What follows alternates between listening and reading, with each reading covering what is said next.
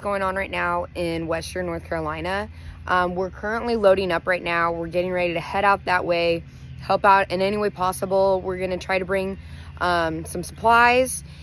If you would like to donate, and we will pick up supplies on our way there, I'm going to put my list of different things that you can donate money.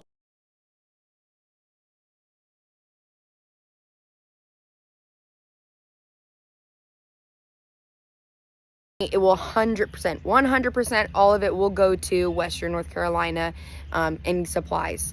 If you would like to meet up with us before we are heading out to donate in any way, get a hold of me as soon as you can. Otherwise, you can donate Performance East. They will be heading out also. So if you want to donate to us directly, reach out to us before we hit the road. If you want to send money, Abby will post all her stuff on there.